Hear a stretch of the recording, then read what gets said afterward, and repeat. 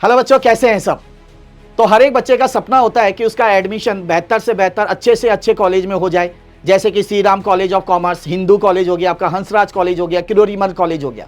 But पता है आपको क्या इतना आसान है इनमें एडमिशन लेना? नहीं, क्योंकि बच्चों अब आपको एक एंट्रेंस से होकर गुजरना पड़ता है जो कि एनटीए लेता है, और उस एंट्रेंस का नाम आप सबको पता है, कॉमन यूनिवर्सिटी एंट्रेंस टेस्ट है। ठीक है नहीं? तो मैं बात करने वाला हूं आज उस पेपर की जिसमें बच्चों को ज़्यादा दिक्कत होता है, क्योंकि इसमें ना बहुत सारे टॉपिक्स हैं और ये पेपर है आप लोग का बच्चों क्या, जनरल एप्टीट्यूड टेस्ट। ठीक है, स्टार्ट करने से पहले वीडियो को बच्चों एक चीज़ बता दूं कि वीडियो को अंत तक देखना ना भूले, क्योंकि आज वो बारीकी, वो चीज़ें आप लोगों को बताने वाला हूं ताकि आप आसान किस तरीके से अपने पेपर को अटेम्प्ट कर सकते हैं, किस किस चीज़ पे आपको ज़्यादा से ज़्यादा फोकस करना पड़ेगा। ठीक है, तो ज़्यादा से ज़्यादा से शेयर भी करें और आखिरी तक जरूर वीडियो को देखना।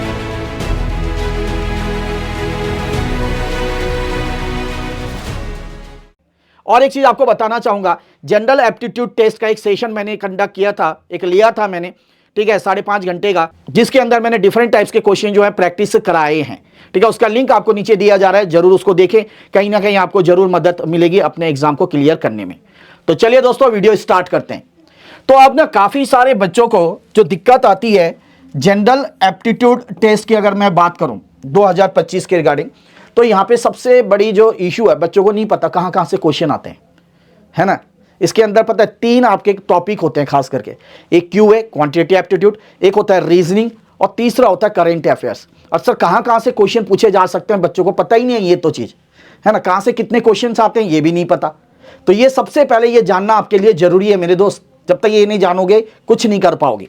तो चलो आप लोग के लिए डिटेल वीडियो बनाई है मैंने, इसलिए आप यहाँ पे एक देख सकते हैं, है ना। मैंने एक लिया है यहाँ पे टॉपिक वाइज वेटेज में आपको बता रहा हूँ।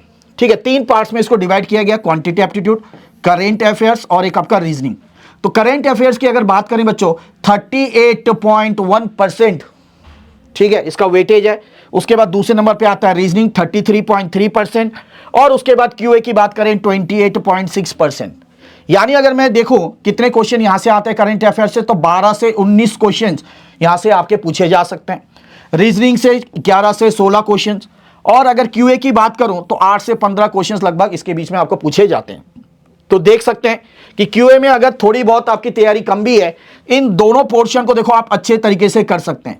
बहुत इजी होता है रीजनिंग, बहुत इजी होता है आपका क्या, करेंट अफेयर्स की अगर बात करो, है ना। जो आप लोग हिस्ट्री के बारे में, ज्योग्राफी के बारे में, इकोनॉमिक्स के बारे में, जो करेंट इवेंट्स है खास करके उनके ऊपर क्वेश्चन आते हैं।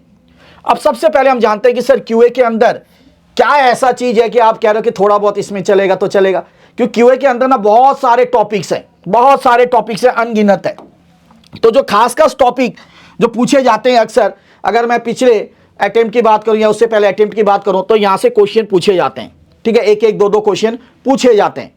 तो जैसे कि क्या क्या है बता दो फटाफट, BODMAS simplification, percentage, profit and loss, इनको मिलाकर आपका 2 से 3 क्वेश्चन पूछे जाते हैं। ठीक है, बाकी सबसे एक एक आता ही है। Simple and compound interest, ratio and proportions, age regarding problems, partnership, mixture and alligation, LCM and HCF.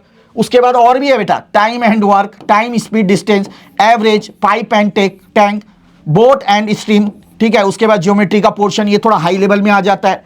ठीक है, पहले के शुरुआत के यहाँ तक मान लो आपके इजी हैं, ठीक है, यहाँ तक, फिर ये थोड़े से हाई लेवल में आ जाते हैं। ठीक है, मेंसुरेशन 2 डायमेंशन और 3 डायमेंशन के ऊपर आता है, ट्रिग्नोमेट्री आपने कर रखा है, साइन थीटा कॉस थीटा वाला, फिर हाइट एंड डिस्टेंस के जो प्रॉब्लम है, ये सारे टॉपिक्स हैं इसके अंदर। उसके बाद और भी हैं बच्चों, परमुटेशन एंड कॉम्बिनेशन, ठीक है, स्टैटिस्टिक्स, प्रोबेबिलिटी, ये सारा जो है आपका क्यूए के अंदर आता है। और तो यहाँ सबसे अगर बात करूं तो यहाँ से 8 से 15 क्वेश्चन आपको देखने को मिल सकते हैं। ठीक है, और हर एक क्वेश्चन कितने का होता है आपका, 5 मार्क्स का होता है। अगर करेक्ट हुआ तो 5 मार्क्स, और अगर आपका गलत हुआ तो 1 नंबर कट जाएंगे। ध्यान रखना, 5 तो गए, उसके साथ 1 नंबर भी कट जाएगा।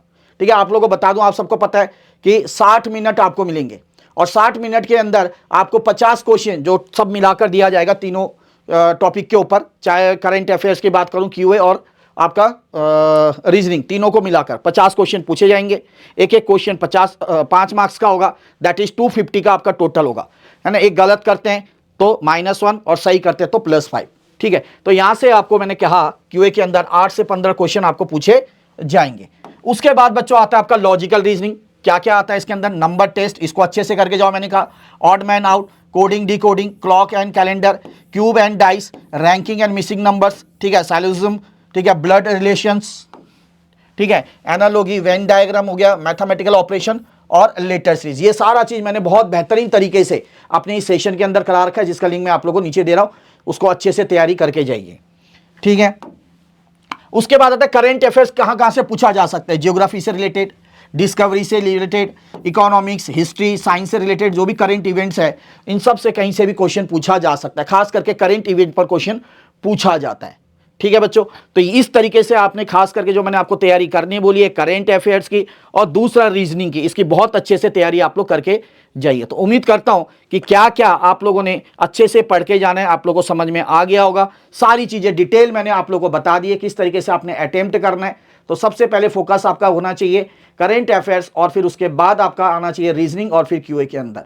समझ में आया दोस्त, ठीक है। और हो सके तो ज्यादा से ज्यादा, कम से कम जो भी अभी टाइम है थोड़ा बहुत, ठीक है, क्योंकि किसी बच्चे का 20 तारीख को, किसी का 25 को है, तो बच्चा आपके पास अभी टाइम है, जिनका बाद में एग्जाम है, तो मॉक टेस्ट पेपर देना ना भूले, है ना। जितना ज्यादा मॉक टेस्ट पेपर देंगे उतना ही ज्यादा आपके लिए क्या होगा, एक पॉजिटिव पॉइंट होगा, ठीक है। इससे आपको पता चल जाएगा कि किस टाइप के क्वेश्चन कि जो मैंने यहाँ पे बताए, किस टाइप के क्वेश्चंस आपको वहां पे देखने को मिलते हैं, ठीक है दोस्त। तो जाते जाते एक ही चीज कहूंगा, क्या, बस लगन से, दिल से लगा कर पढ़ाई करिए और अपने एग्जाम को क्लियर करें ताकि आपको अच्छा से अच्छा कॉलेज मिल सके। तो चलिए दोस्तों, all the best to all of you. मिलते हैं बहुत जल्द और एक वीडियो के साथ, तब तक के लिए जय श्री श्याम।